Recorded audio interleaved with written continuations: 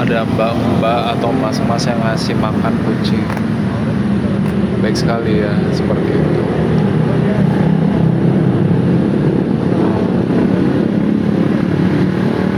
Dia datang tiba-tiba langsung memberi kucing liar. Masih semangat, sehat selalu, murah rezeki ya Mbak. Nah itulah, kalian harus tahu kalau kalian baik, pasti semesta alam pun juga akan baik sama kalian.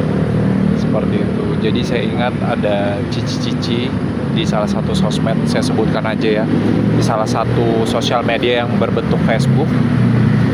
Jadi dia cerita tentang cici-cici itu. Cici-cici itu mengatakan ada seorang nenek, dan saya dapat pelajaran hidup dan pelajaran ilmu lagi dari sebuah kehidupan di mana pada saat kehidupan tersebut dia itu tidak ada siapa-siapa dan dia itu hanya sebatang kara, tidak menikah. Mungkin dia tidak mempunyai pasangan dengan alasan yang tahu mereka adalah mereka sendiri. Akan tetapi saya belajar dari sana. Kalian bayangkan seorang cici-cici yang ngontrak di salah satu pasar gitu dengan uang sewa yang mahal, lalu dia pindah. Disingkat ceritanya ya, jadi singkat ceritanya ya, saya dapat pelajaran ilmu lagi, pelajaran hidup dari sosial media tersebut.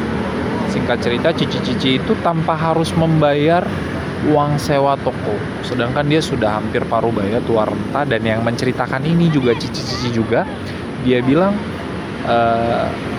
kalau kita baik sama seseorang, bukan hanya seseorang, kita tuh bukanlah baik, semesta alam akan mengirimkan siapa saja yang akan membantu. Kalian tidak perlu khawatir jika kalian sendiri ataupun siapa.